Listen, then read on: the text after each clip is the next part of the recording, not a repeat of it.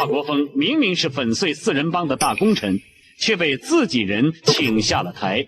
4年前，他和葉劍英聯手，一舉粉碎四人幫，黨的主席、軍委主席、國務院總理3個最高職務一肩挑，全國到處掛他的畫像，英明領袖的稱號響徹大江南北。可4年後，政治局連開9次會議，討論他還能不能當主席。他的支持者們相繼辭職，他徹底成了光杆司令。最讓人意外的是，當年并肩作戰的戰友葉劍英也站出來做了自我批評。1976年10月，華國鋒和葉劍英聯手，一舉粉碎四人幫，一夜之間成了挽救黨和國家的大功臣。黨的主席、軍委主席、國務院總理3個最高職務一肩挑。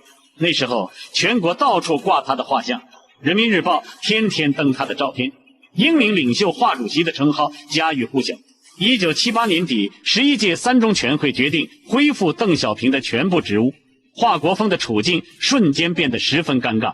他表面上是黨的最高領導人，但實際上真正拍板的人已經換成了鄧小平。1年後，華國鋒的支持者們相繼辭職。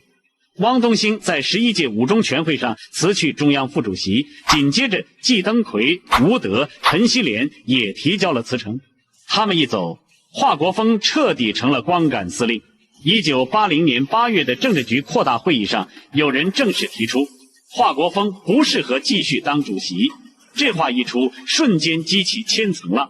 政治局連開9次會議，討論華國鋒適不適合繼續當主席。從11月10日一直開到12月5日，政治局委員輪流發言，把華國鋒的功過從頭到尾捋了一遍。這場會議沒有對外公開，沒有新聞報道，甚至連會議記錄都被列為機密。但它決定了一個時代的走向，也決定了一個人的政治命運。陳雲第一個站出來發表意見，他先肯定了華國鋒的功勞，揪出四人幫，對黨有很大貢獻。但是接下來話鋒一轉，粉碎四人幫之後，黨內的氣氛並不輕鬆，也不敢暢所欲言，使人大失所望。而在此之前，陳雲就已經和李先念去找過華國鋒，當面說出國鋒同志要有自知之明，你這一輩子的工作加號多少減號多少，自己心裡要有數。這話說得很直，沒給華國鋒留面子。但最讓人意外的還是葉劍英的表態。4年前，葉劍英和華國鋒共同粉碎了四人幫並肩作戰的戰友，在會議上自我批評，說自己當年宣傳華國鋒時講了過頭話，有周公撫成王的封建思想作怪。這番話等於給華國鋒的政治生涯畫上了句號。9次會議，華國鋒沒有一次缺席，直到最後一天，他提出辭去中央主席和軍委主席的職務。但是6中全會正式決定之前，他還是主席，還要以主席身份接待外賓。在華國鋒快要辭職但還沒辭的那段時間裡，華國鋒是什麼態度？他又將如何自處呢？